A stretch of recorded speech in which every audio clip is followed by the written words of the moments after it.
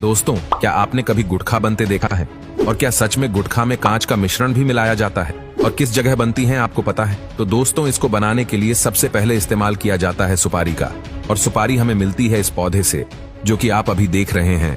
जी हाँ, यहाँ पर सुपारी की खेती की जाती है।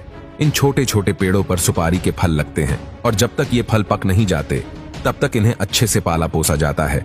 जब ये सुपारी का पौधा अच्छे से बड़ा हो जाता है, इसके फल को पौधे से अलग कर लिया जाता है। इसको भी अलग करने का प्रोसेस ठीक वैसा ही होता है। इसको आप पीट कर पेड़ से अलग किया जाता है।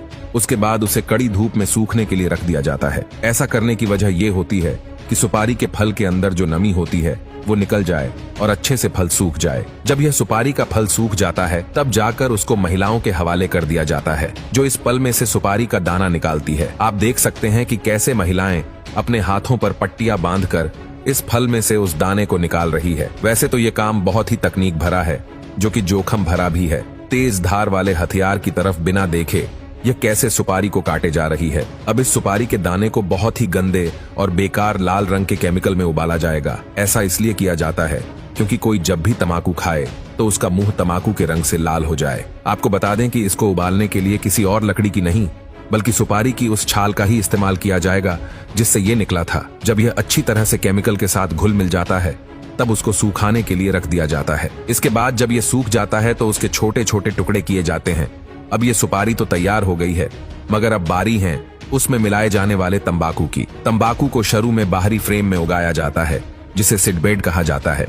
गर्म इलाकों में यह फ्रेम गीली घास या एक कपास की चादर से ढके होते हैं। 8 से 10 सप्ताह के बाद जब तंबाकू के पेड़ लगभग 10 इंच के हो जाते हैं तो इन्हें खेतों में शिफ्ट कर दिया जाता है। जैसे जैसे पौधे बढ़ते हैं उनके ऊपर का भाग काट दिया जाता है ताकि पत्तियां अच्छे से बड़ी हो जाए। इस प्रक्रिया को टोपिंग कहा जाता है। 90 से 120 दिन के बाद तंबाकू के पौधे कटाई के लायक हो जाते हैं। इसके बाद इन पत्तियों को फैक्ट्री में शिफ्ट किया जाता है, जहां पर इन्हें सुखाया जाता है, जिसको करने के लिए कृत्रिम गर्मी यानी कि आर्टिफिशियल हीट का इस्तेमाल किया जाता है। जब यह भूरे रंग की हो जाती है तो इन्हें अलग करके छोटे छोटे टुकड़ों में बांट दिया जाता है, जिससे ये असली तंबाकू के रूप में आ जाती है। और तंबाकू के अंदर कांच डाला जाता है। उसको डालने के लिए कांच की बोतल को मशीन के अंदर डाला जाता है और फिर मशीन उसको इतना बारीक पीस देती है कि ये एक पाउडर बन जाता है।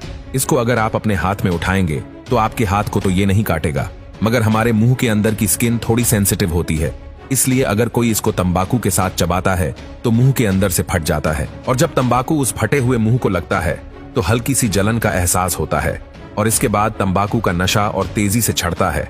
इसके बाद सुपारी के मिश्रण और तंबाकू के पदार्थ को कथा पान मसाला के साथ एक कांच का पाउडर मिलाकर मशीन के अंदर डाल दिया जाता है।